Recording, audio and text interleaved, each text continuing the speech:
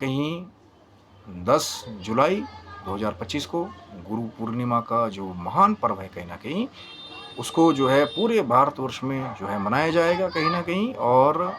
जो जिनके पास तो जिन्होंने दीक्षा प्राप्त की है किसी आश्रम से, गुरुकुल से, किसी इंस्टीट्यूशन से, जिनके गुरु हैं, वो अपने गुरु के पास जाकर के जो भी कहीं न कहीं जिसके द्वारा भी आप उनका पूजन कर सकें, चाहे पंचोपचार से या कुछ भेंट स्वरूप जो है, कोई फल, कोई पुष्पमाला, जिसके द्वारा गुरु का सत्कार हो, गुरु का आदर हो। कुछ नहीं भी है, कोई बात नहीं, जाकर के गुरु के चरणों के ऊपर शीश नवाइएगा, क्योंकि गुरु कहीं न कहीं अपने ही शिष्य की एक पुरानी कृति जैसा होता है, और कहीं न कहीं जो शिष्य है, वो गुरु की अगली कृति जैसा होता है, एक भविष्य की कृति जैसा होता है। क्योंकि जो ख्याति कहीं न कहीं तपस्या से गुरु ने प्राप्त की थी, वही ख्याति कहीं न कहीं आगे चल कर के उस शिष्य को भी आशीर्वाद रूप में कई बार प्राप्त हो जाती है। यही तो बहुत ही सुंदर कहीं न कहीं एक रूप है, ये गुरु शिष्य जो परंपरा है कहीं न कहीं, इसका बहुत सुंदर रूप है कि गुरु ने जो भी कहीं न कहीं निधि जो है अपने गुरुओं के द्वारा प्राप्त की, वही शिष्य को आगे प्राप्त हो जाए, वही मार्ग कहीं न कहीं आगे प्राप्त हो जाए, और कहीं न कहीं उस मार्ग पे चलते हुए वो जो शिष्य है, उसका लाभ ही लाभ हो। अब ज़रूरी नहीं है कि गुरु जो है वो सन्यासी है तो आगे शिष्य भी जो है, कई बार कुछ ऐसे भी सन्यासी गुरु हैं जिनके गृहस्थ जो शिष्य हैं कहीं न कहीं,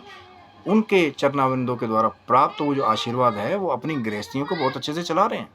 इस चीज़ को समझिए, ज़रूरी नहीं है कि बहुत सारे लोग डरते हैं कि सिद्ध सन्यासी का हमारा बच्चा जाएगा तो सन्यासी ही बन जाएगा। नहीं, गुरु भी सब कुछ देख लेता है।